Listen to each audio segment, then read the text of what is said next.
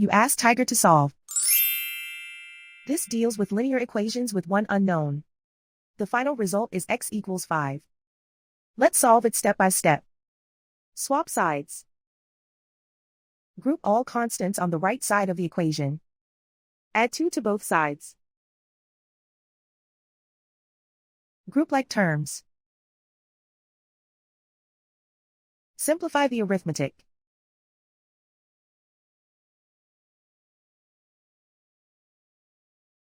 Isolate the x. Divide both sides by 4. Simplify the fraction. Find the greatest common factor of the numerator and denominator. Factor out and cancel the greatest common factor. And so the final result is x equals 5.